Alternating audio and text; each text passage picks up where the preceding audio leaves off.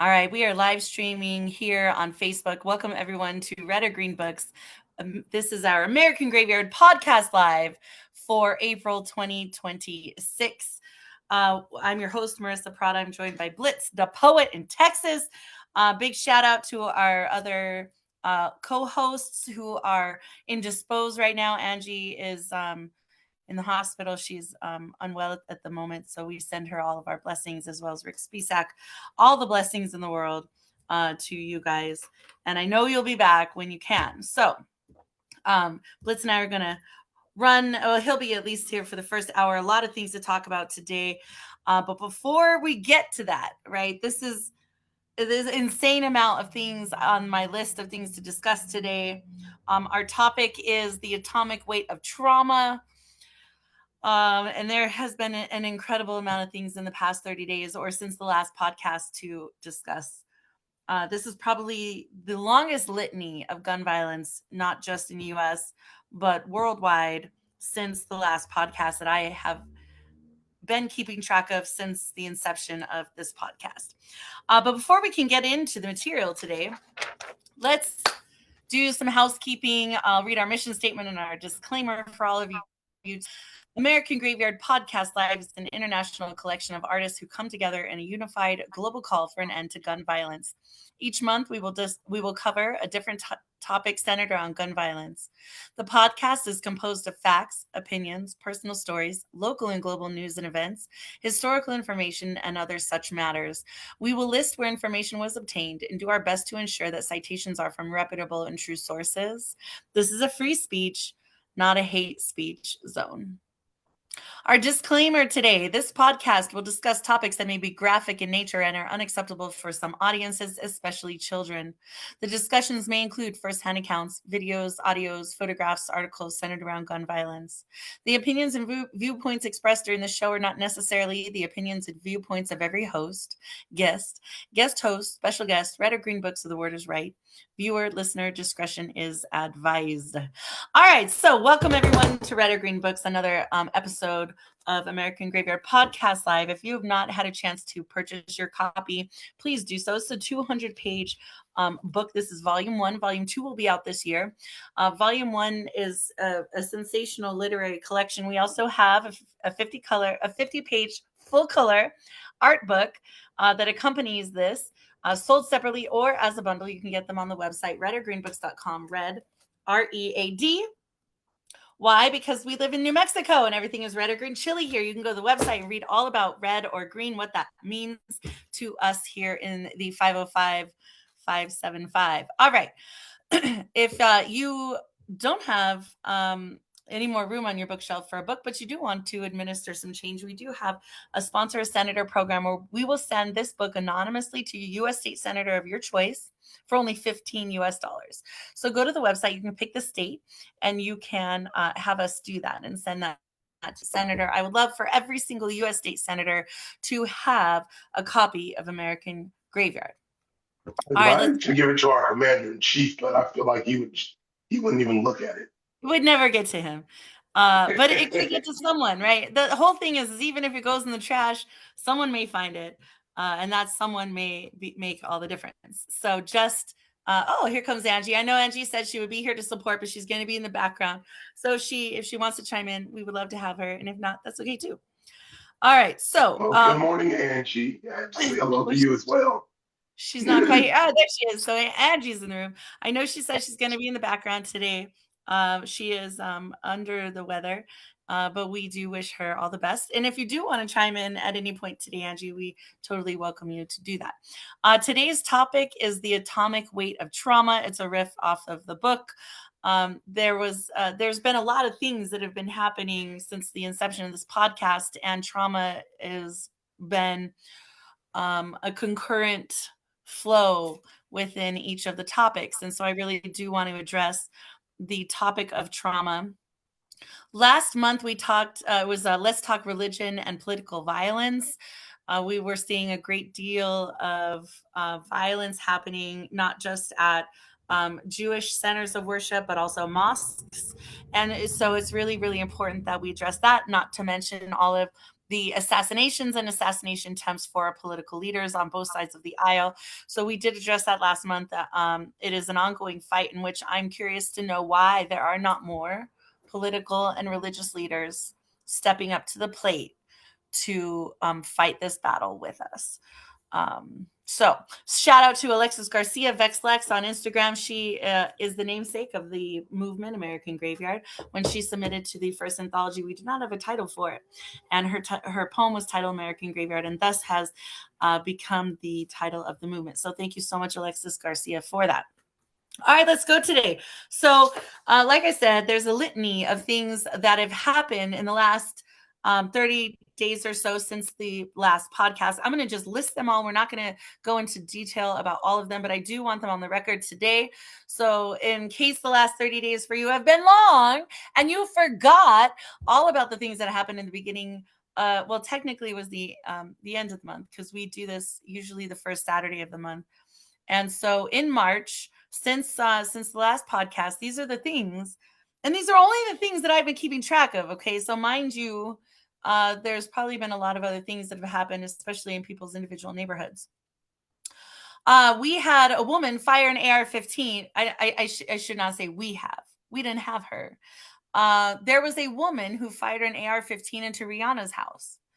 Y'all, if you go watch the video, it's on YouTube. You can watch the video of this woman firing an assault rifle into Rihanna's house. Rihanna, you should come on this podcast. I'm going to invite you right now to come on this podcast and talk about that. Like, you have these huge names, these huge stars, these people with these massive platforms now becoming directly affected by gun violence. We saw this last year in the NFL. Right? There was an NFL quarterback or an NFL lineman, defensive back. I thought he was a quarterback. But anyways, be shot in public on the street. And so I'm kind of like, y'all, I feel have a responsibility to step up and fight this fight with us. So Rihanna, if you're listening ever, please come on the podcast and talk about what it's like to be a survivor of gun violence. I will tell you, myself, as a survivor of gun violence, I had 5 9mm rounds go into the side of my house, directly into my bedroom window. So I understand what that's like. I've always said that going into this podcast. Being a survivor is very different than hearing it on the news. A lot of local stuff has been happening in New Mexico. I'm going to bring up a lot of the local things. A man was shot by police and later died, had to wait 10 extra minutes for an ambulance after an officer who was having a mild anxiety attack took the first one. And this is from KOAT7, one of our news reporter outlets. The title of that article is Report Officer Having an Anxiety Attack Took Ambulance Sent for the Man Dying from the Police Shooting. So this cop shot this guy. The cop had an anxiety attack. The cop went in the ambulance and the guy died. All right. Next, KOAT7 reported Senate Bill 264 was signed into law and prohibits orders that put any armed person in a civil, military, or naval service of the U.S. at polling places. So now in New Mexico, you are no longer allowed to bring a gun to vote. Old Dominion University, there was a deadly campus shooting. It is being investigated as an act of terrorism. So yet another campus shooting in America. Yes. Cut you off, but I have a question. Sure. So does that mean they can't carry the gun inside the voting polls? Or they can't Well, have probably within a certain distance as well. I didn't look specifically into the wording of the bill, but most likely it would be within a certain distance. So I know that you're not allowed to, in general, you're not allowed to have certain political affiliations like signs within a certain distance of a polling station. So my guess would be that you cannot have a gun within a certain distance of a polling station as well. Yeah, and I was only asking that question because I know that, well, I don't hear we don't really have that, but because you live in Texas. Yeah, because I feel like there people use it as intimidation tactics. Because I want to say it was 2012 out here when Obama was going for re-election, that people, or maybe it was the most recent, or maybe it was 2020. I can't remember, but they say there were people. Yeah, I think it was during the one of our current presidents' runs where people were outside of those offices trying to intimidate minority voters by having their guns out and trying to scare them on the premises of the polling area in a certain neighborhood. Yeah. Well, that's largely like why this topic was born, if you will, because you think about all the violence at school, the gun violence at school, right? And these children being exposed year after year, decade over decade. I mean, the Columbine children are adults now. The Newtown children are probably almost adults now, if not adults now, because it happened, Columbine happened in six, '99. yeah, but the Newtown happened, I think what 12 to 14 years, 12 years ago. So, some of those children who are exposed to that are on the precipice of adulthood. And then you have, other shootings, or especially around universities, the Uvalde kids, they're probably in middle school or high school now. So you have these children who are growing up in this culture of gun violence at school, and then you're seeing regular human beings at Walmart carrying freaking AR-15s strapped across their chest or sidearms on their hip. And it can be incredibly triggering and traumatizing for survivors of gun violence. And so, yeah, I mean, at polling stations at a minimum, right? But why, I'm like, okay, this is like one band aid, but how do we fix the problem? It's a continual fight to fix the problem, not just the symptom. At least guns in New Mexico can't be held at polling stations, but it really doesn't fix the overarching issue when people are seeing welcome to Walmart and guns on the hips of people shopping there. I believe you can't Um, have them at hospitals either, or some hospitals. well, you're not supposed to, right? But there's not metal detectors on every hospital. I mean, most here, a lot of the ERs you go to, or the ER urgent cares here you go to, you have to go through a metal detector. Yeah, Um, what does that say about us as a society, yeah, right? because there's a hospital in Dallas that unfortunately, I forget, I think it was 3 or 4 years ago, where somebody came in there and killed their they killed a nurse, and I believe they killed a new mother. I think it was an ex, and so that hospital has metal detectors now. Yeah. I mean, this is what we do, right? We're not going to take the guns away. We're not. And I will tell you, for those of you who might be listening to this podcast for the first time, we're not anti-gun. We're anti-gun violence. We're not anti-cop. We're anti-police brutality. We're anti out of control system that doesn't care that the number one cause of death for children in America is guns and bullets and gun violence. That is what we stand for. Let me keep going down this list real quick. All right, so the list squirrel, the list of all of the things in the last month that has happened. Armed man rams vehicle into Michigan synagogue. This guy drove his whole truck into this Michigan synagogue down the hallway and had explosives in his vehicle and opened fire. All right, so like, again, we talk religious and political violence. I thought this was very striking. Remember the shooting at the Pulse nightclub in Florida? It was a horrific day, especially for our LGBTQ community and allies. The Pulse nightclub is being torn down.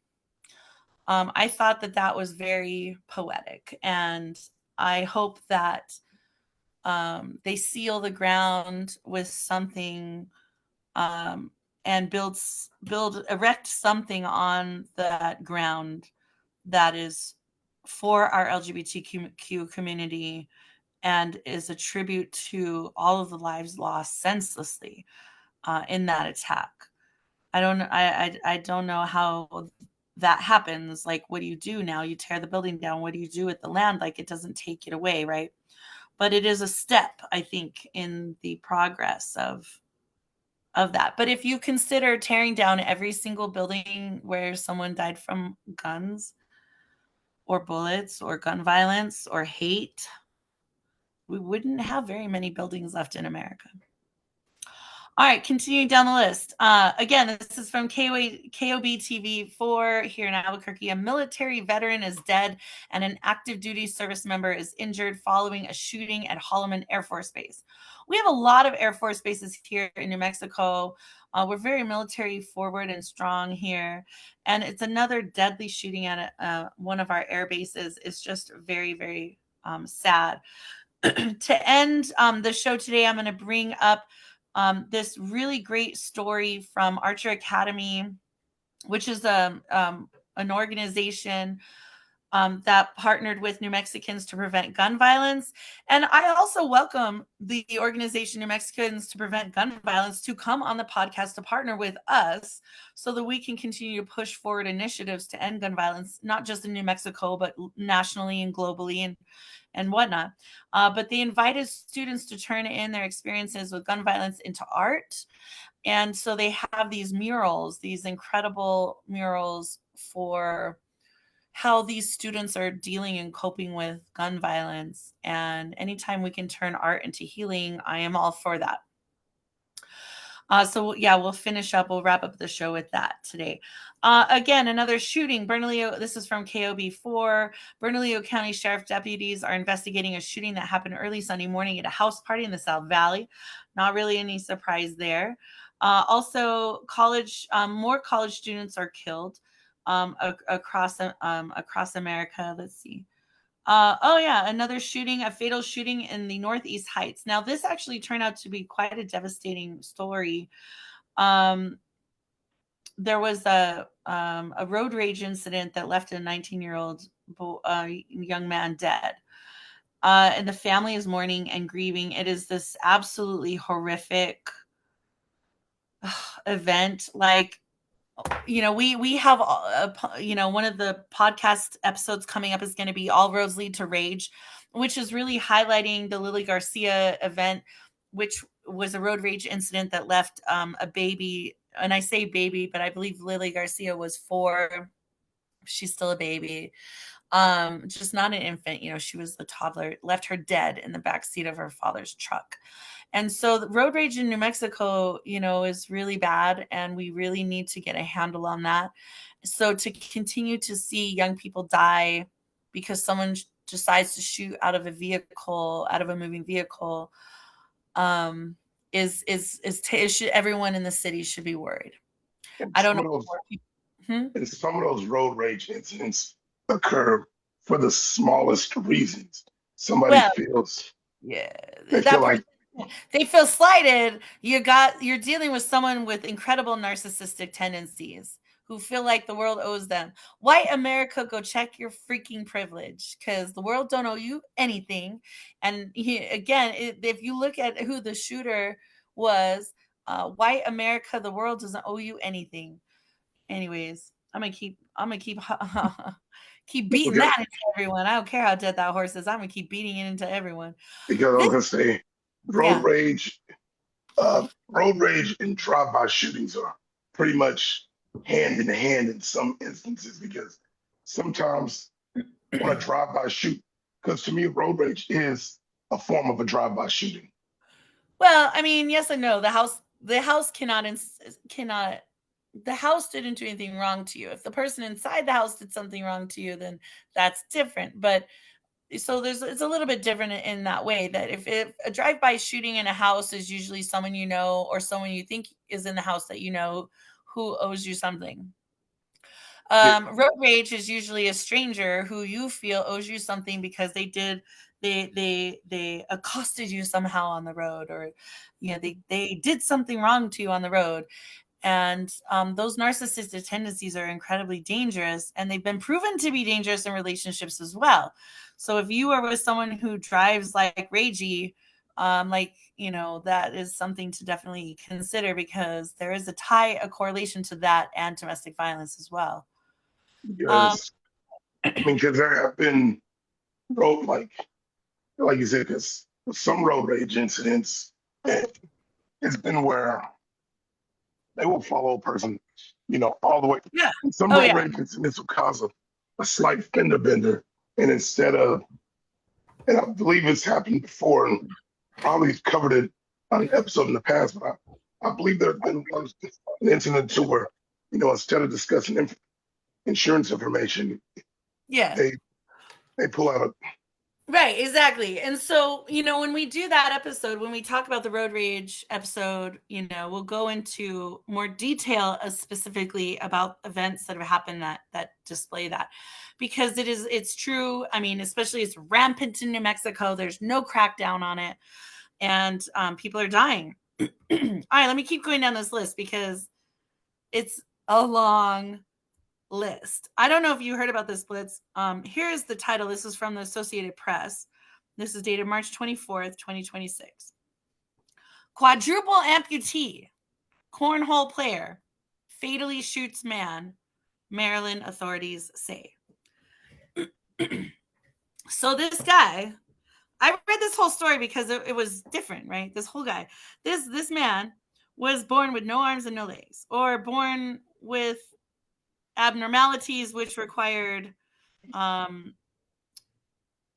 amputation of his appendages, and so he runs and walks and functions with with two mechanical, it's I don't prosthetics on know, your prosthetic legs because like prosthetic. the It's very interesting because I always think people who are born without the same things that we are can adapt so incredibly well in their life to be able to function and do things that regular human beings can't do. It's almost like a superpower. And so I was like, wow, this person who was born in this it's not, I don't think it's a disability, it's just a different ability, right? In this different ability have these different life experiences, but he was a professional cornhole player. That is what drew me to the article, because I'm like, you could be a professional cornhole player, what? I was like, I didn't even know that was a thing, right? And so I was reading the story. Yeah, he shot and killed a man. wait, how can An argument. wait, even with the prosthetics, how is he? I'm guessing they have the prosthetics for I the don't know. Like hand in I'm order not to going to speculate, right? I just thought that was interesting, right? It just says that the AP says a county sheriff's office in Maryland said Monday that a professional cornhole player, who's also a quadruple amputee, fatally shot a passenger in the front seat of his car while he was driving during an argument. This kid is 27 years old, by the way. I mean, 27 years old, you shoot and kill someone in your car. Like, why are you going to give up your whole life, right? Anyways, be. so that I was from I had Virginia. heard about the article, but I didn't look all into it. I didn't know it was he was in the car in the Yeah, same car with the victim. yeah. It's Because crazy. It's crazy, right? All right, let's keep going. I got a because lot. wait, was he the driver or was he the Yeah, passenger? he was the driver because you can drive things. So okay, and that Because what you can. what There are special cars. They make special vehicles which you can use your feet to drive or your hands to drive, um, to well accommodate different needs for the person. no, what I So was saying is by firing a firearm while driving with the recoil, it should cause you to swerve. I don't know. I'm not going to get in. I don't, I don't know. It just says while driving. So I don't know if it was him driving or his friend driving, but it just says while driving. So I'm assuming it's him driving. I'm assuming he's using his feet somehow to control the vehicle. I have no idea how he would be able to do that, but let me tell you, I have seen human beings who are born without certain limbs be able to do incredible things that we would be like, how do you do that? But they know how to do it because they have adapted to be able to do it. So I'm not going to dwell too much on it. I don't really care about how he did it. It's more the fact that he did it. And so, when we're talking about guns and gun violence in America, I mean, this is like as stupid as it's got to get, right? It's just so brazen that having no arms and no legs will still not impede someone from shooting and killing someone in their own car, right? This is my point is that no one is safe from anyone. All right, let's keep going. NBC News reported a student shot a teacher at a Texas high school before fatally shooting himself. The teacher was hospitalized, and the student, a 15-year-old boy, died at the scene. So Again, more school shootings, more teachers being shot. Here's another one. This was the road rage incident we talked about. KRQE reported officers arrested 31-year-old Cecilio Lopez on Friday after they said he shot and killed 19-year-old Roman Valenciano in a road rage incident. The family, I mean, my heart goes out to the family, and all of our condolences for everyone affected. Like, no mother should ever have to bury their child. 19 years old, this kid had everything in front of him. He had looks like very loving and supporting family and community. And one day, for someone to pull out their gun and just shoot into his vehicle. Like, my oldest daughter is 16. She's gonna be driving. I drive with my 11-year-old in the car. How am I going to how do we feel safe driving in our vehicles when someone can just open fire? All right, let's keep going. Last month or a couple months ago, we reported the Albuquerque Uber driver accused of shooting and killing his passenger. Bruh, Oh, that guy was that's found what not I wanted. guilty. I was gonna say that's what I wanted to talk about last month before I got off. Yeah. Because I want to emphasize something real quick about that because I used to do Uber, and one of the rules in the policy said, and it could have changed, was drivers, we were not supposed to have weapons under any circumstance. We were not, the Right. driver is not allowed to have a firearm. So that's why Well, his passenger shot and killed him, right? So I mean, it just goes oh, I again. thought you said the driver shot and killed. No, it says the no, you're right. In this instance, right? Sorry, there's been so many. In this instance, the Uber driver was accused of shooting and killing his passenger. The driver was found not guilty. Now, I don't know, Uber may, if he violated policy or whatever, Uber may go after him. Yeah, because technically he did, because unless the policy has changed, because I did it before I COVID doubt the was a thing. policy has changed. All right, but hang on. I don't want to dwell on this because I got a long Oh, freaking list here to get to. One sorry. of the most heartbreaking things that I saw this month in the last 30 days, right? This is like the first 20 minutes, and this is just the headlines for the last month. This is Zach Rael. He is a KOB4 local news reporter. He posted on Facebook today. A judge will sentence UFC Hall of Famer Diego Sanchez after he pled guilty to a felony charge for firing a gun in Albuquerque traffic. Albuquerque police arrested Sanchez in July 2025 after he fired a gun from the passenger side of a Jeep that was going through the scene of a crash at I-40 and University. No one was hurt. Sanchez pleaded guilty in February to a fourth-degree felony charge of shooting from a motor vehicle. He faces up to 2 years in prison at sentencing. The hearing is set for 1 p.m. on Thursday.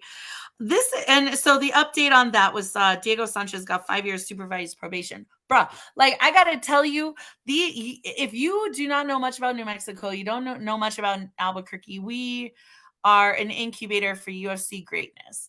We have so many fighters from around the world who come and train here. We're 5,000 feet. We're great weather. It's inexpensive to live here. UFC fighters, some of the best in the world, come here to train and fight.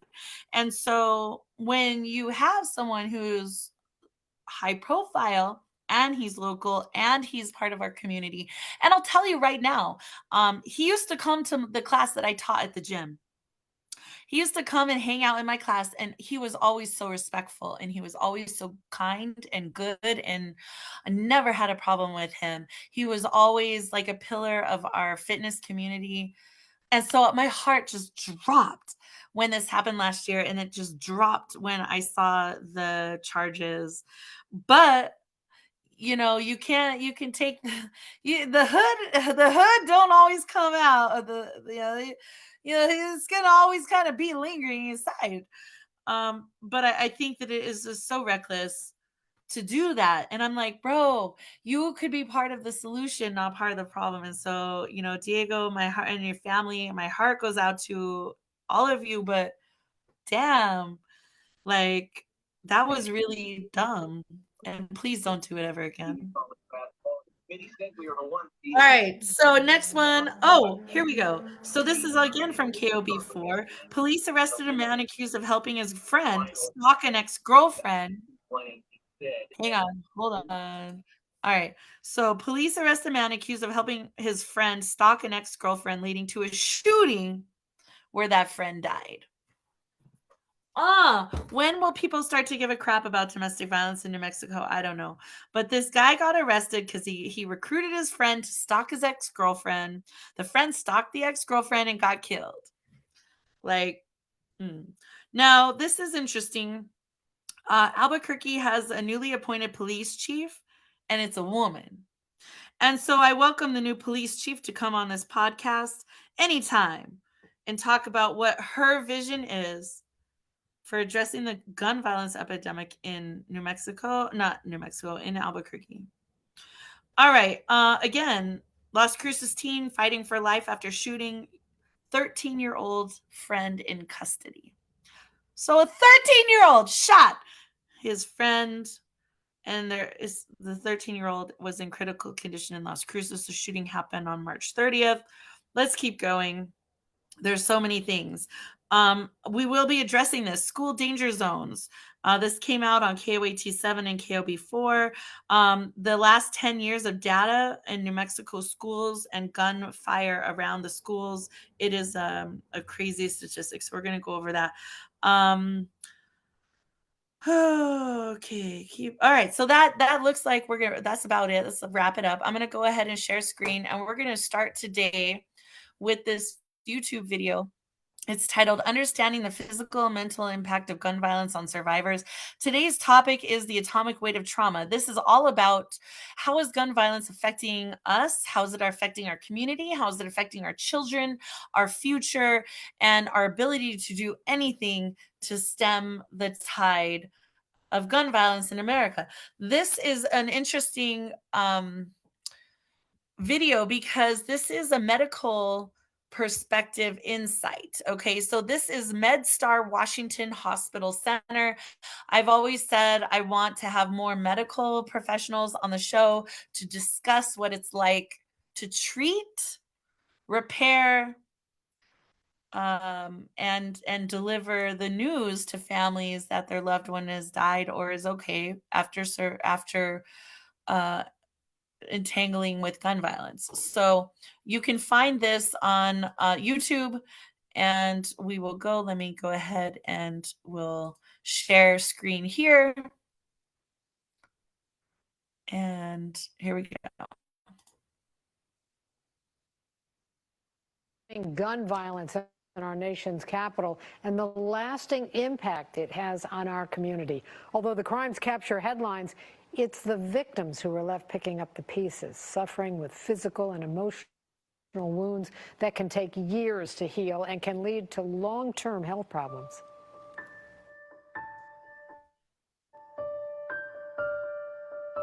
Since that COVID pandemic, we've been seeing just an epidemic of violent injuries.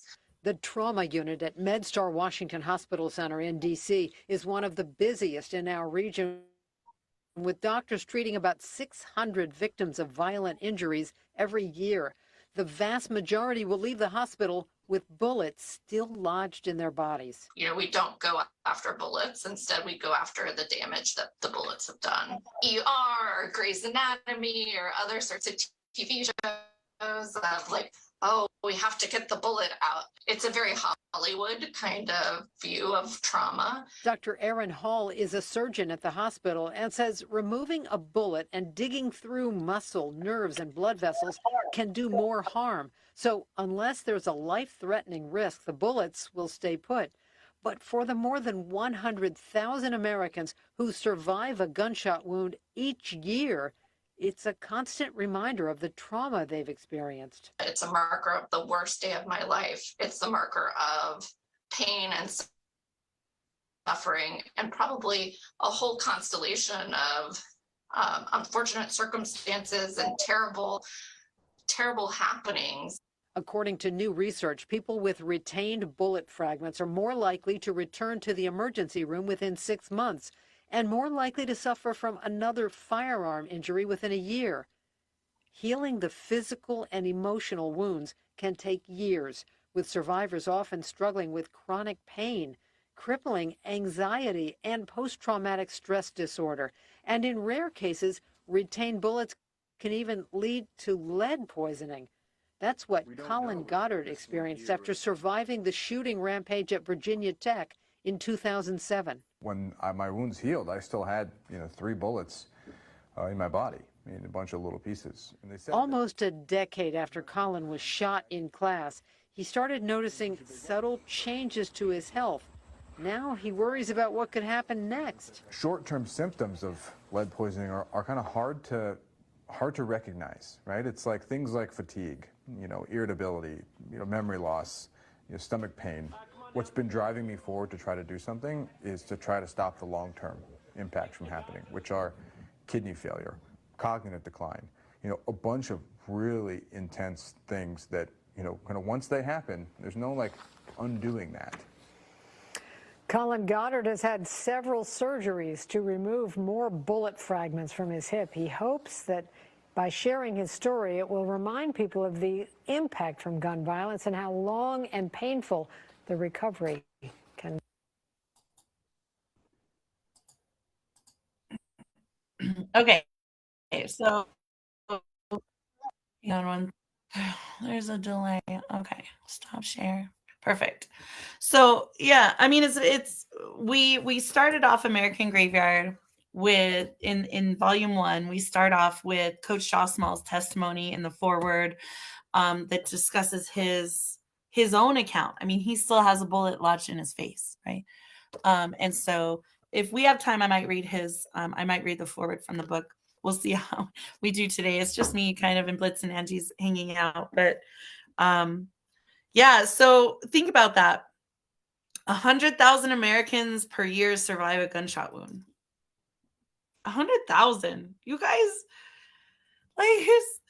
I'm surprised. Every time I do the show, I'm just like, where's the common sense? The common sense is being bought and paid for on the backs of dead children and those who look different and are Black and brown and communities of color. And as long as those communities are dying, then nobody seems to care who makes the decisions. So yeah, let's keep going. Blitz has sent me this picture. Blitz has sent me this video. It's a reel, and I think this is very important for people to watch, especially white America, because you're still really too comfortable in your life and too comfortable in thinking it'll never happen to you. And this is a reel of a shooting that happened in a mall between 2 teenagers, and they just opened fire in the middle of the mall over a disagreement. And again, these are important things because, my goal here is to help you feel a little more freaking uncomfortable so that it can bother you as much as it bothers me. Although it doesn't bother people as much as it seems to bother me, the gun violence epidemic in America. So this is Suzette Michelle. I believe this is an Instagram or TikTok. It doesn't have a watermark on it, so I can't be for sure. But what they said is, this is from the shooting at Park Place Mall in Arizona on Wednesday, March 18th. My sister's ex-mother-in-law actually recorded this while she was, and it goes ... into the rest of the description. But here we go. This is the shooting that happened in Arizona just a few weeks ago.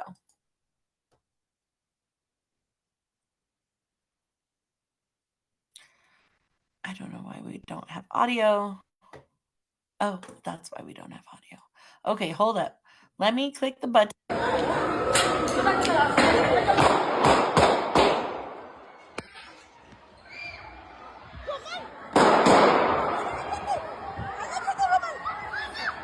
Get down, get down, get down, get down.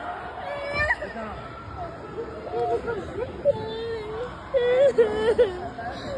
¿Ya ves? ¿Por eso quieres venir? ¿También? ¿No te duele nada? ¿Qué te duele? Nada.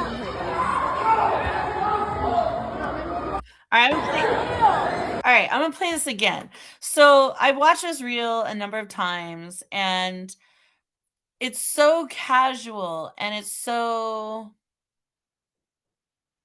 I don't know, just like young people, they really think that their actions don't have any sort of drastic, dramatic effect. And they kind of react.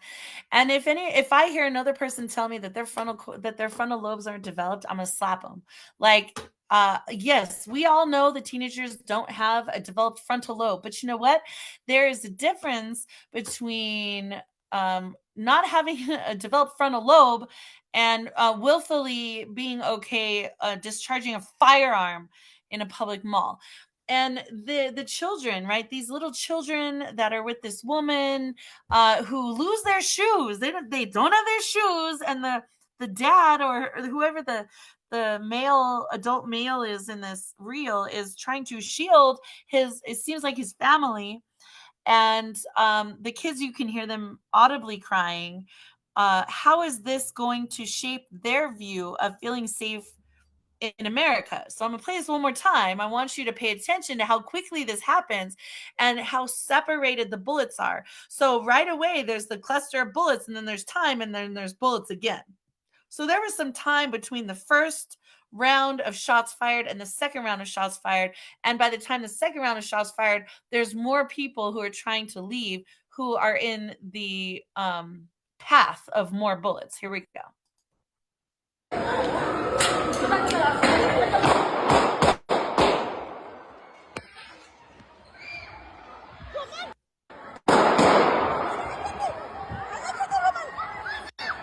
Get down, get down, get down, get down.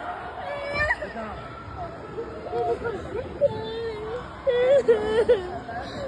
¿Ya ves? ¿Por eso quieres venir? ¿También? ¿No te duele nada? ¿Qué te duele? Nada.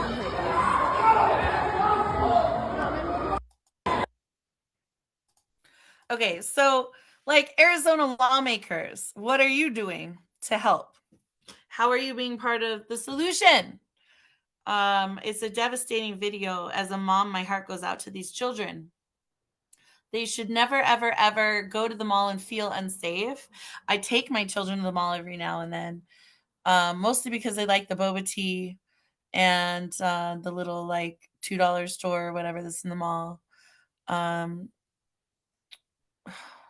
But I'm always looking for the exit, right? I'm always thinking, well, what if I have to shield my children? What can I use to shield them? Where can we go if we're in a store where we need to leave or get out? Like run, fight, run, hide, fight, right? This is the motto that we drill into the minds of our children. Run, hide, fight. I don't think that is what should be a conducive part of any childhood, but this is where we're at. This next video, so I'll invite Blitz to like chime in because I know Blitz has sent me that video. Otherwise, I'll go ahead and play this next YouTube clip. Okay, so this next YouTube clip I'm going to play for you guys is this is a TED Talk. Now, this young woman is striking, and her story is not new. Okay, so white America. If you think that this is a racial issue or a systemic inner city issue, or this is a low income issue, or you think it's an ignorant issue, or you think it's a gang issue, or it's a drug issue, or it's a let them kill themselves issue, you are ignorant. You do not know what you're talking about, and you need to sit down, shut up, and listen and pay attention to this young woman when she tells you her story. Her story matters. It's important because it's not just her story. It's the story of the 100,000 Americans a year who get shot and survive and live to tell about it. So this is a TED Talk. It's titled Addressing Gun Violence with a Radical Approach. It's by Autumn Francisco, and it's TEDx King London in Bronzeville. This is 3 years ago. Okay, so this is not even recent, but her TED Talk is as current today as it was 3 years ago, and I have a problem with that. Why are we still speaking about things 3 years, 7 years, 10 years, 20 years, 30 years later? We're still talking about the same stuff. how in the world will we ever be able to retire this podcast and never have to talk about gun violence again? Okay, here we go.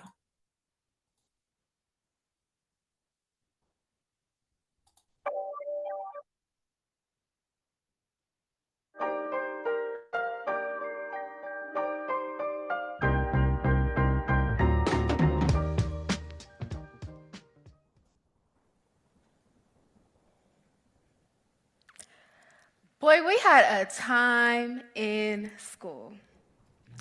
This school year makes it 10 years that I've been out of high school, and recently, I've been having dreams about it. I remember linking up with Jay during lunch, running to the McDonald's down the street. He would always call me twin because we're both left-handed. We'd be goofing around, blasting Chief Keef, trying to hurry up and get back before the bell rings. Come on, twin. We gotta hurry up. You know they be tripping. But when the bell rang in my dream, I realized that I couldn't really see Jay. I could hear him, but he looked a little translucent, like he was an angel. And then I woke up, and I remembered that when I was 16, my mom told me that I had been to more funerals than her. I want us as a community to start normalizing talking about the effects of gun violence. If you look outside the effects that gun violence has created, where you don't have to worry about gun violence on a regular basis, you'll realize it's a public epidemic we ignore. Mickey Kendall. In other words, it takes the hood to heal the hood. Those exposed to gun violence are survivors. Moms, dads, siblings, friends, and other family members who have lost someone to gun violence are survivors. It is so hard to focus on your healing or even talk about it when it happens around you every day. Healing this trauma is a collective responsibility, and I believe that people like me have the recipe. 3 things I'll never forget are where I came from, where I'm headed, and those I've lost to gun violence. Yes, we can talk about gun laws, police accountability, and prevention and intervention, but let's be honest. We cannot completely stop violence. Gun violence is traumatizing, yet seeking mental health support in general, let alone as a Black person, is still stigmatized. And in order to heal, we must address gun violence with a radical approach. And what I mean by that is getting to the root. The trauma of gun violence requires lifelong healing. Community exposure to gun violence is more prominent in Black neighborhoods due to the lack of resources relative to survival.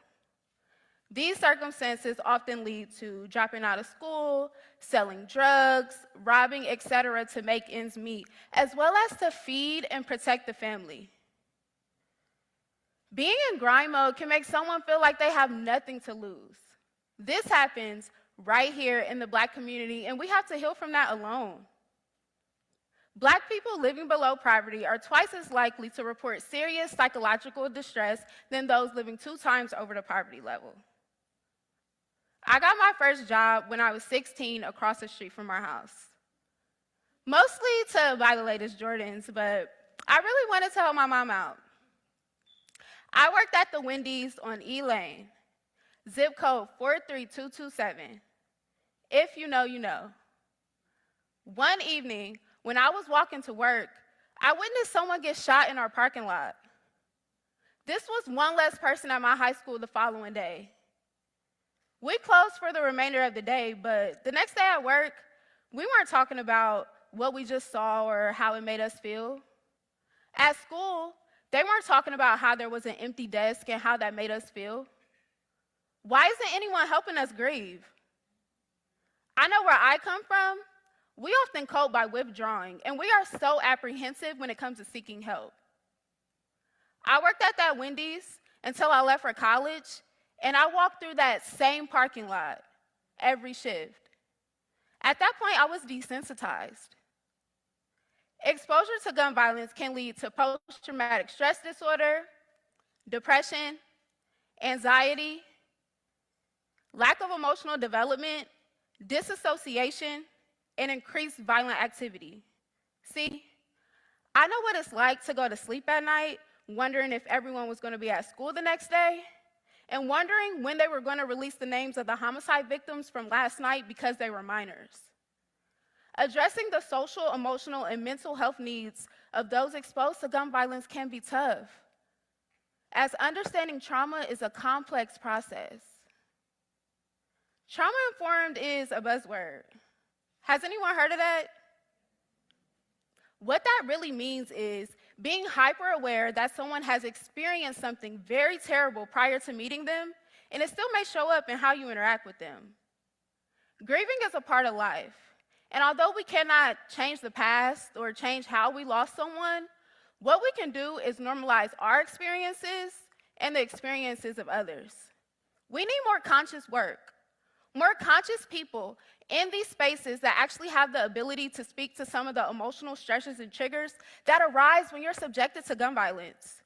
There is no other way to understand or create a space for healing without experiencing it. Y'all remember my twin Jay? Well, in 2015, I woke up to a text message that he was killed last night. I spent the next few days crying at work, acting like I had really bad allergies. In 2020, I was in grad school, taking an exam in the middle of the day, and a text message popped up in the corner of my laptop that an ex-boyfriend of mine was shot 11 times. I didn't realize how much my mental health was impacted by these scenarios until I moved away. I didn't know how to handle the news. I found myself being that same girl that I was 10 years ago, terrified, because I still hadn't normalized talking about loss from gun violence. It's traumatizing, and my trauma-informed approach when serving others stems from my lived experiences. Mental health impacts our day-to-day lives, our decisions, our reactions, and who we are as people. We cannot continue to let gun violence lower our life expectancy and further tear apart the Black community.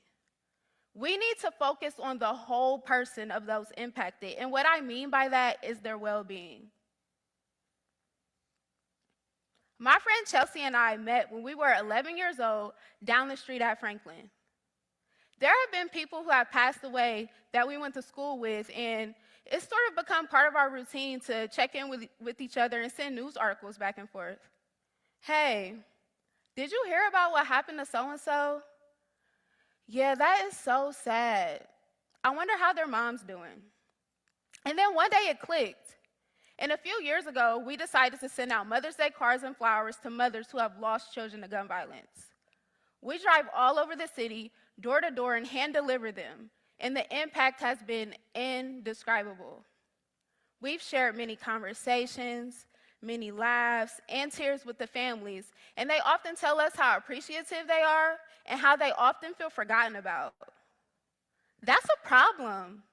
We need to support these families better, reach out to them, talk to them, see how they're doing, perhaps even conduct food trains around the holidays and birthdays of their lost loved ones. I don't have all the answers, but I know we need to start by acknowledging that they've lost something. I became a social worker because I want to empower change in my community. I am proud to be a product of my environment, and in order to create change, you have to listen to the community. Are you listening to the communities that you're serving? Here's 2 ways to ensure that you are. Build rapport with them. Talk to them, get to know them. Allow them to get to know you. Learn more about the dynamics of their families and their needs so that you're able to address their concerns. Ask them about the changes that they want to see. Examples include preventative measures such as gun control, education, jobs. The list goes on regarding social justice, but also post-traumatic experience measures such as bereavement support and overall holistic community wellness in our neighborhoods. This includes mental health, physical health, social health, emotional health, and financial health. The choice is the communities. We just have to let them know that there are options to this lifelong healing. I want us working in the community who grew up in the inner city to feel confident enough in our abilities to heal and comfortable enough to know that our experiences are enough for us to make changes in our communities. We need to be more vocal, more unapologetic, or more vulnerable enough to talk about what needs to be discussed. If we as leaders display that vulnerability, perhaps our neighbors will.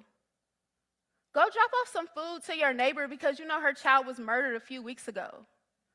Go talk to the kids on the block that are mourning the loss of their homeboy. See if they need anything. Ask them to breathe with you for a moment.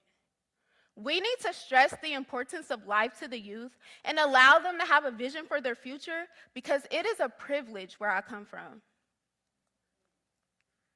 I graduated from Independence High School, zip code 43232. A few neighborhoods in one space.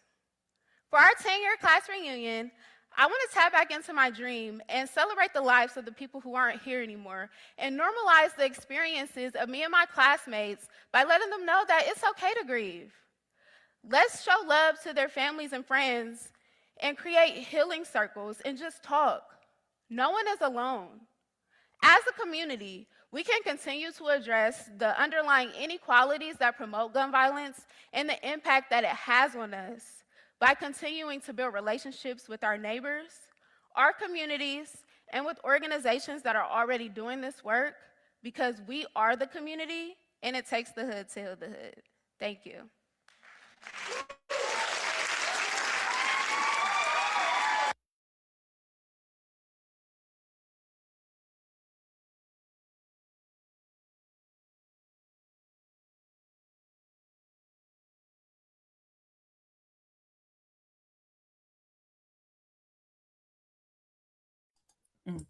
I realize I'm muted. Okay. Sorry, guys. So a lot of incredible things came out of that TED Talk. I was honored to listen to it and to be posting it on this show. Autumn Francisco, I definitely invite you to come on this podcast anytime you want and talk about where you are now. I mean, you know, that TED Talk was a while ago. So what have you been doing since then? I'm interested to know. A bunch of takeaways from her TED Talk. She said we need to normalize talking about the loss from gun violence. What? No, she didn't say we need to. She said she normalized talking about loss from gun violence. And so that is my question, right? Are we becoming complacent as a society in the rampant loss of life from bullets in young people? Is it just headline news for a day now, and now mass shootings get, you know, nothing more than a whisper on the news because they happen so frequently?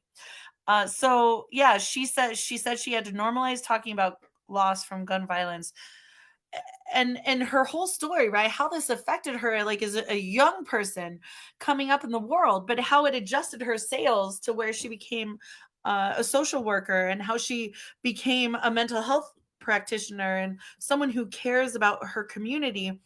And she called out lawmakers, which I love. She said, listen to the communities to create change, build rapport, ask what changes that they want.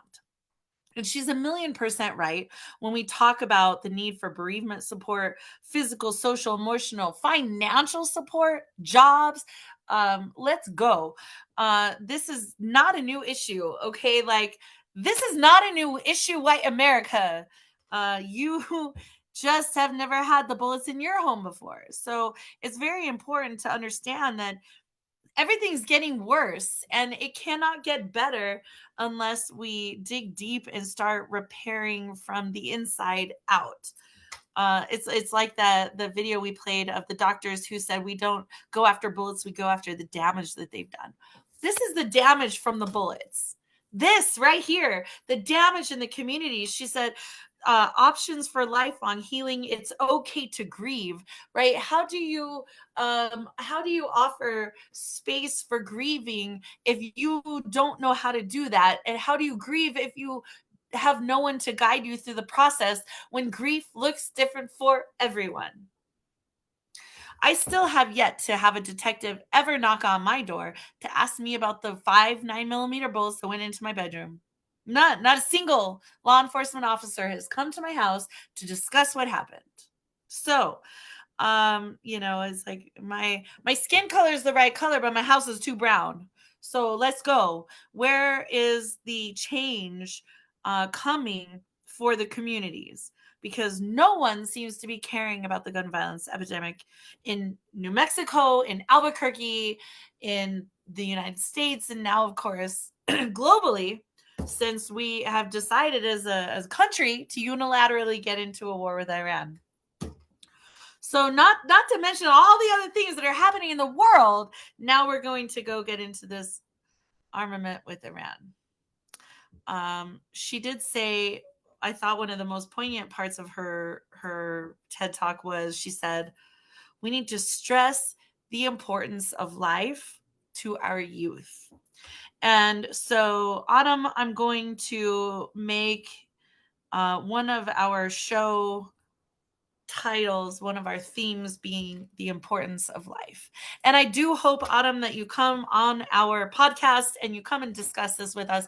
I would love to know where you are, what you've been doing in your life, how you've been affecting change in your community, and tips you might have to give us so we can affect our community here in New Mexico, because it does not seem like anything so far has been moving the needle locally, statewide, nationally, for sure. The powers to be still are there's not enough dead bodies because the dead bodies are still they're not important enough for anyone to care. All right, let's go. Let's keep going. So I have a few more things to show today. 3 more things. Since I'm kind of flying solo on this podcast today, this next clip I'm going to show you, which like on one end, you got to be surprised, right? On one end, you're like, oh my God, this is so surprising. But on the other hand, you're kind of like, well, no, because I live in New Mexico and there's a lot of gun violence here. And I have to concede that over the past decade or so, there's been a lot of shifts and moves towards putting the right people in the right elected offices to begin to navigate the change for that. But still, nothing has been done. Even when the governor put the ban, the local open carry ban in place, when I had poets here for the New Mexico Poetry Summit, there was a huge uproar from the gun-toting extremists who say that they need to feel powerful and they need to be able to carry their guns open on the plaza, regardless of how many children it traumatizes, regardless of how many people tell them they can't do it, they want to be able to do it. It's time for someone to go in and say, you can't do this, and we're going to lock you up. But how do we do that? How do we engage law enforcement to do that? And I always wonder, like, where are the families and the loved ones of our law enforcement officials who serve and protect this community? And I say that loosely with air quotes, to come and do something about it, because there is no such thing as a normal traffic stop in New Mexico. There is no such thing. And we saw that by the incredible, horrific loss of life from one of our BCSO officers who died in a hit and run not that far from my house on the freeway, because he had pulled someone over on the interstate, and unfortunately a semi truck veered into their where they were parked, and unfortunately the officer was killed. It is a tragedy. It absolutely should never, ever, ever happen. In a world where there's so many guns, why people can't yield the shoulder is bananas. But how do we get law enforcement to get on this bandwagon, and how do we get their families to fight and care more about their own safety? And I think the only way to do that is to be having stricter gun laws. Why in the world would you ever want open carry of AR-15s in public places? Why is that an okay thing? I mean, yes, you can see them as law enforcement. At least you know what you're dealing with. But I guarantee you, if they have AR-15s, they have other things going on too. It should not be something that is continuing to afflict our community here. So this is a KOAT 7 article. It was published April 3rd by TJ Wilhelm, who's an investigative producer, and Jason McNabb, who's a reporter. The title of this article is School Danger Zones. Data reveals alarming number of shootings near New Mexico schools. So basically what they did was they took all the data for the last 10 years for shootings, and these are just reported shootings, okay? Like, you have to remember that not everything that happens is reported, right? Sexual violence survivors, we know that, okay? Not everything that happens is reported, but from the things that are reported around gunfire and gun violence, these are all of the things that have happened near schools in New Mexico. So I'm going to go ahead and share the screen, because I really think it's important to highlight things that are happening locally, because of course we're in New Mexico, but because if it's happening here, I guarantee you it's happening in your community. So here we go.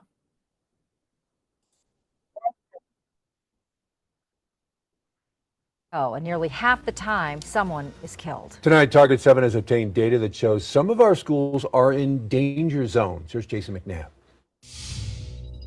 I'm right up the street from La Mesa Elementary School near Albuquerque's International District. Take a look at the stop sign behind me, littered in bullet holes.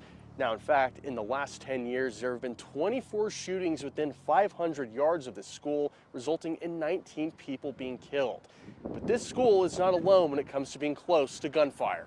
Look at this video taken from a home within 200 feet of Valley High School. Someone shooting from a truck in the air. And this is what was left. According to data obtained by the Hearst data team, there have been 833 shootings adjacent to New Mexico schools in the past 10 years. They've resulted in 526 deaths. In fact, when you first told me the numbers, I thought I heard you wrong. I was shocked that there are so many shootings in that close proximity to our schools. Darren White is a former Bernalillo County Sheriff and Public Safety Director. He says there are numerous state laws that make penalties harsher if it occurs near schools. Those crimes include firearm possession and drug dealing. We put laws in place years ago because we recognized that schools should be sanctuaries, right? These shootings include ones that actually happened on school property, like this one at Washington Middle School, where Benny Hargrove was killed. However, most of them occurred just outside of school grounds, like this one at West Mesa High, in which 16-year-old Andrew Burson was killed on a street right next to the football field. I'm angry that we don't have enough officers on the street, that it's, that it has to come to this, We need change.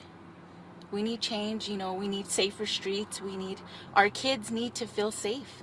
Or the shooting right outside Sandia High School and Christ Lutheran School that locked down both institutions in the middle of the day. And I think as a community, this is another one of those things we need to talk about. Look at this map from our data team. Albuquerque is not alone in seeing shootings near schools. Statewide, Missouri Avenue and Valley View Elementaries in Roswell had 11 and 8 shootings respectively. Las Montañas Charter and Lim Middle Schools in Las Cruces both had 8 and 9 respectively. If it's being reported that it's over 800 in this period of time, how many more are taking place that haven't been reported, that we didn't know about? And so I would argue, like in many of our crime stats, that number is even higher.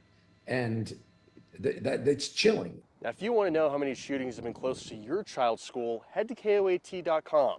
There you'll find an interactive map and a list of all of the schools and the actual shootings.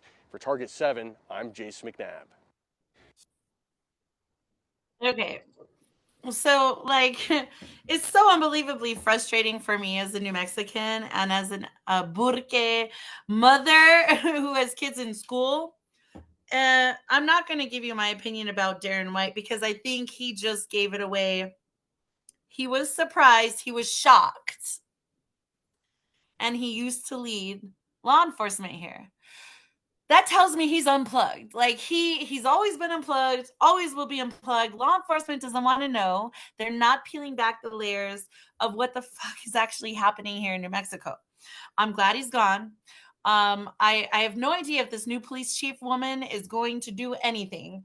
Our belief system in law enforcement here is very low. How do you do that? Okay, well, Autumn Francisco said you build rapport with the community, you ask what changes they want. Now, Darren White said, we put laws in place. Listen, okay, now here's what I will give a little concession, okay?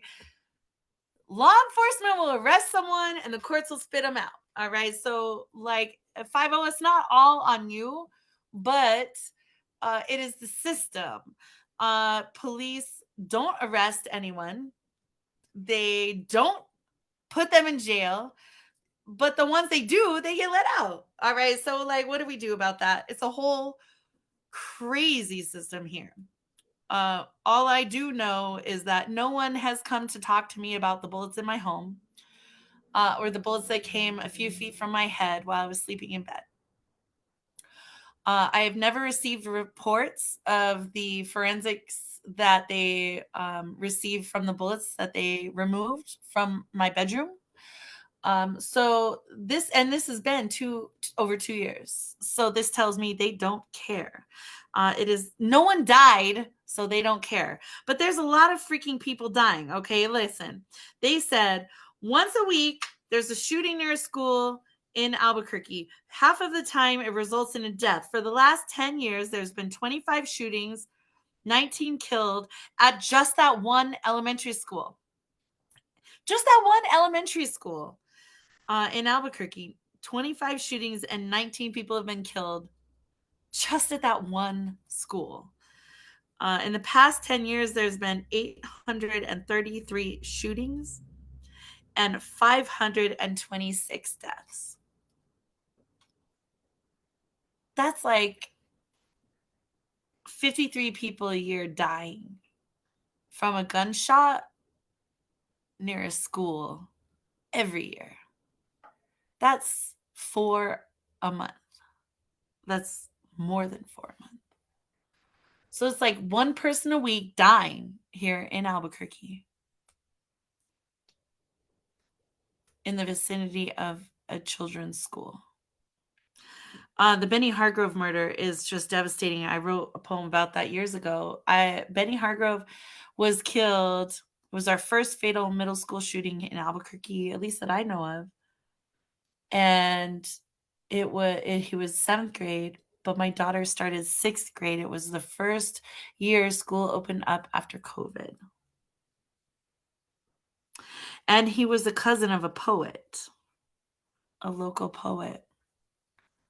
And so you can imagine the artistic community, how we were affected. I did not realize at the time that he was the cousin of one of our poets, because everything happened so fast and the outrage was critical.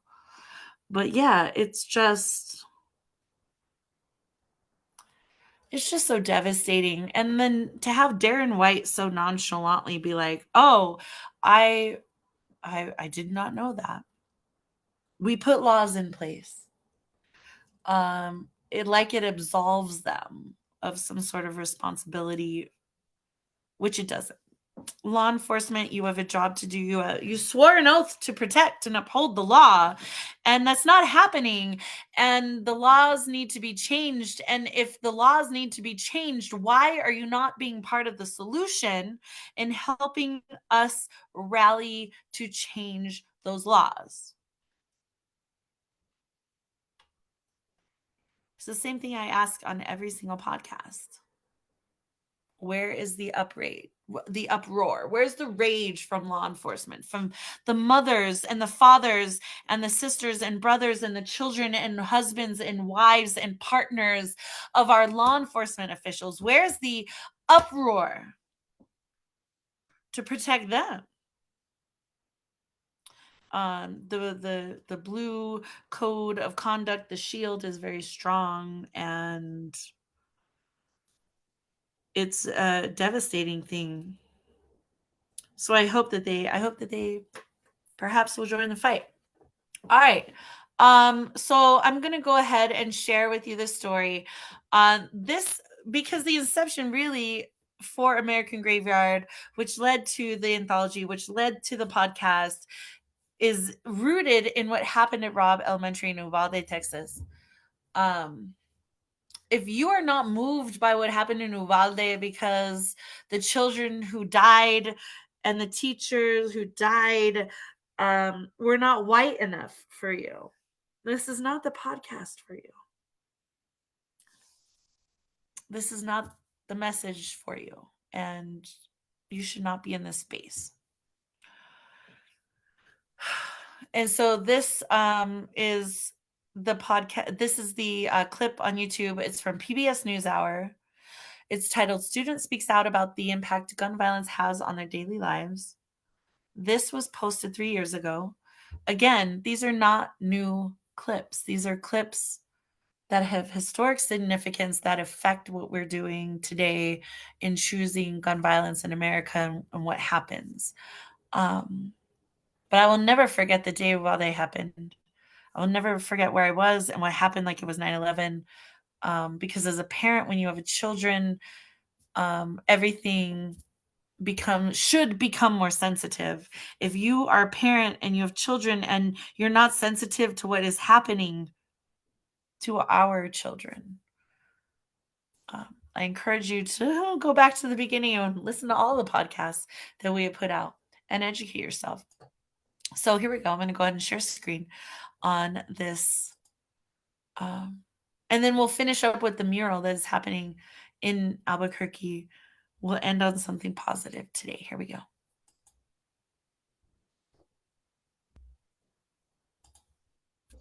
School shootings have become all too common in America.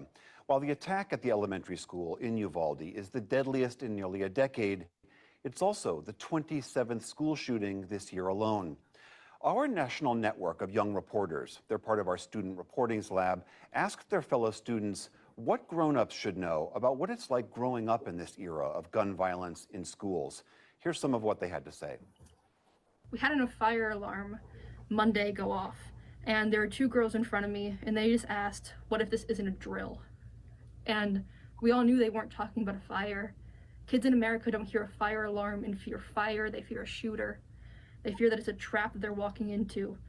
It makes you kind of grow up really fast in terms of like coming to terms with your mortality, which is something someone my age I don't think needs to do right away. I feel like I shouldn't have to be like every morning, okay, this could be it for me. I could die today. I think about where the best place to go in a classroom would be. I think about what classrooms are the worst to be in. And it's damaging to anybody's really mental health to have to worry about that, students and teachers. I feel like teens nowadays feel like it's cool to play with guns and kind of have it in their videos. So I think guns are being promoted in a way to look cool on social media, in which I think that right there is already a big red flag, because no children should be having any guns in their hands. I'd like to say that it affects us greatly, but the unfortunate reality is I think we've mostly gone really numb to them. They just happen so often. You see them in the news all the time. It no longer really has that much of an impact on us anymore. The Parkland shooting, I remember feeling a little disconnected in like a, oh, it can never happen to me kind of way. Like, it's awful that it's happening to these people, but I don't think it'll ever happen to me. And then it happened in Oxford, and I was like, oh my God, this could happen to me. Like, that was 20 minutes from where we live. At my own school, we had a smaller shooting, and everyone was just really silent for the whole week, and we canceled school. You could tell everyone was on edge, and it was really traumatic, if I'm being honest. Our school runs the mandatory drills every single year. And every single time there's a group of about 20 to 30 students who run into our play shooter. And nothing ever happens. We don't rerun them. This is a problem. But every time that there's a new one, they let us know that we're safe here. They let us know what they're doing. But in reality, they can't do anything if people are still allowed to get guns. They can't do anything if we're still feeling unsafe. Recently, we saw Ted Cruz saying that the solution was to have less doors at schools. I think when we do things like that, we don't give the issue the seriousness that it needs. And I just want elected officials to take the issue a lot more seriously than we currently do. Right now with gun ownership, it's really easy to pass your background check and to get a gun. So not only, I guess, stricter background checks, but also mental health checks or routine mental health checks would probably be really helpful. The procedures we have in school directly correlate to what's going on in the news. If there's no new school shootings, the procedures die down and people don't care as much about enforcing them anymore. It's a cycle of helplessness that we can't really get out of, and it just needs to stop.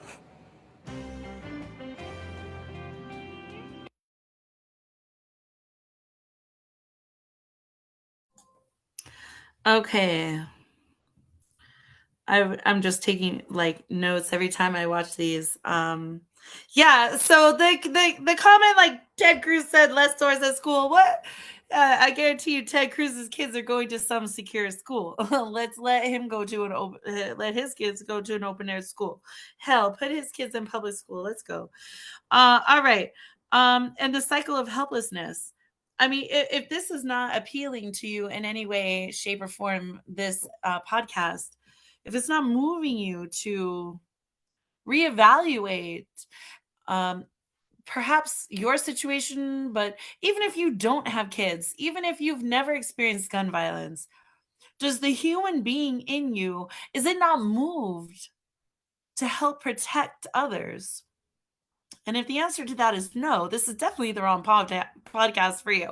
Get out! This is not the right podcast for you. You're not going to help bring us solutions at all. But please like, share, subscribe, and follow if you're going to do anything with your life. All right, let's go. This last clip I'm going to show you guys today, it's not a long clip, and this is really interesting. This is from KOB4, which is a local news outlet. It's an NBC affiliate. It just came out recently. It says a new mural unveiled at a school in Northwest Albuquerque aims to send a message a message about the urgent need to stop gun violence. The mural, located at Archer Academy of Accelerated Learning, was created by students and members of New Mexicans to prevent gun violence. It includes an augmented reality experience. All right, so I'm going to go ahead and share the screen, and we will have this as our something positive to take away from the show today. Here we go.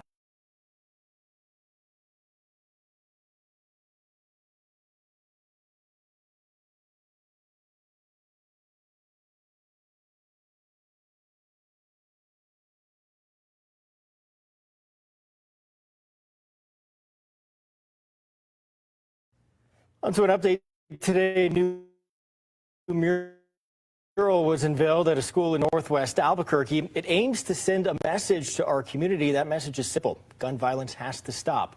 We lose more than 500 people every year to gun violence in our state. That figure, according to the organization called New Mexicans to Prevent Gun Violence. Members from that group and also students from the Archer Academy of Accelerated Learning worked on the mural, which is located at the school. It is not just art that you can look at either. The installation also features an augmented reality experience.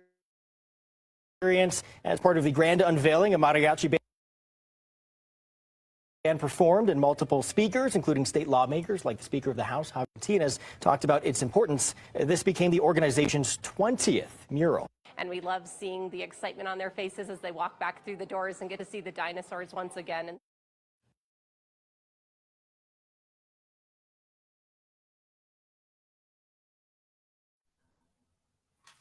Okay.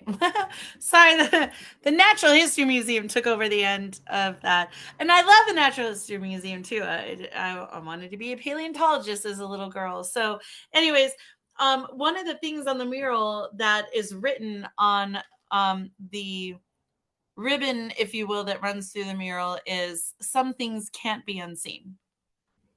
And that's really important because when we talk about trauma, when we talk about people exposed to gun violence and how it affects them in their daily lives, some of those things they can't be unseen, and it becomes a trigger. So sounds, environments, places, smells. You become hyper aware of your surroundings, and as a trauma survivor myself, that can be incredibly debilitating.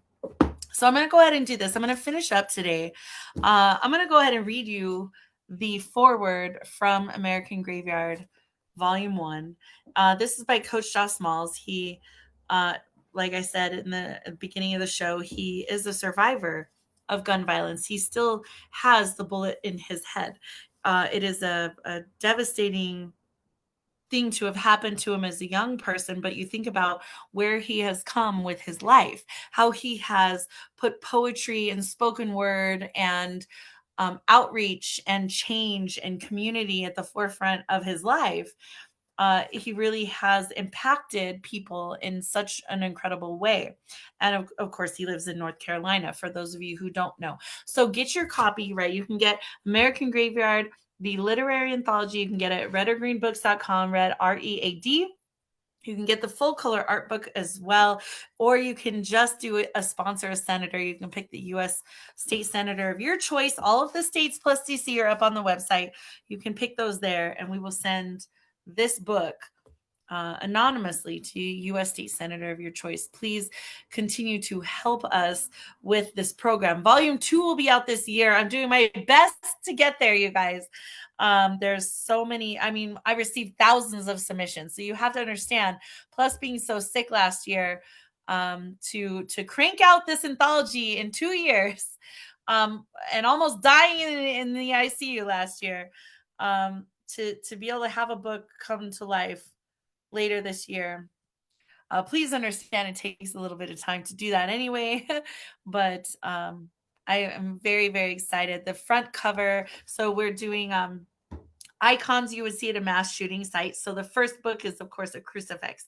The second volume is a balloon, and we will have other things that you would see at mass shooting sites. Each volume will be something different. So please support the press. If you're interested in sponsoring any of the productions of our books or anthologies, please reach out to us, American Graveyard Purpose at gmail.com. All right. This is the foreword from Coach Josh Smalls. We were children growing up, trying to decide what our tomorrows would look like today. What our tomorrows would look like. Every career day, there was a policeman, a fire chief, and or some sort of professional who we soon forgot, entered our classroom like clockwork. I tried to imagine myself in their shoes, each of them, from briefcase to bulletproof vests, and somehow the bad guy always found our hearts. I later learned power and fear made this possible because no one would choose the weakling for a hero. I remember my 18th birthday. There was a pool of faces cheering, having their fill of cake, chips, and all the celebratory treats. Young bodies still plagued the same streets we used as playgrounds. It would appear as if the American dream forgot our address or signed its name as Taurus and Smith and Wesson. A dream deferred has its place on our block, and sadly no one my age expected its knock on the front door or to reach the tender age of 21. So we treated our summers like we would never see another one. 20 days after I turned 19, there I was, strapped to a gurney, riddled with bullets after someone's anger urged a finger to spring into action. As innocent as I was, that day I learned the power of a gun once a misguided mind chooses a path. I learned that life changes once a trigger has engaged, yet the gun stays prepared to repeat until there is no more life or bullets, whichever submits first. Where I grew up, we were taught that the American dream belonged to every person I knew at any given time. We could see ourselves as adults, living in a world that welcomes us with open arms.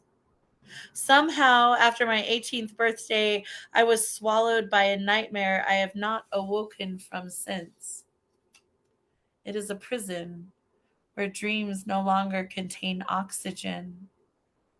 Instead, I am reminded how guns find themselves in hands that somehow disassociate themselves with logic. I would like to think guns were created for a purpose that does not require teenagers on either end of the pistol. Neither should they find a welcome mat to individuals who are mentally unstable or those with intentions that show no regard for things that cannot be replaced, like someone's heartbeat. And that is the foreword from Coach Joss Malls. I please, please, please encourage you, get this book. Get two, one for yourself and one to give away. Pre-orders are on now for the volume 2. If you would like to pre-order your copy, please go to the website redorgreenbooks.com. Read READ. Like, share, subscribe, follow everywhere, because we cannot grow unless you share what we're doing. We cannot get there without the funds to do the things that we want to do, the things that we need to do to command change in this life. Today's topic was the atomic weight of trauma. I thank you so much, Bliss the Poet and Angie Williams, for coming through the podcast today. Next month, in May, we will be the second Saturday of May.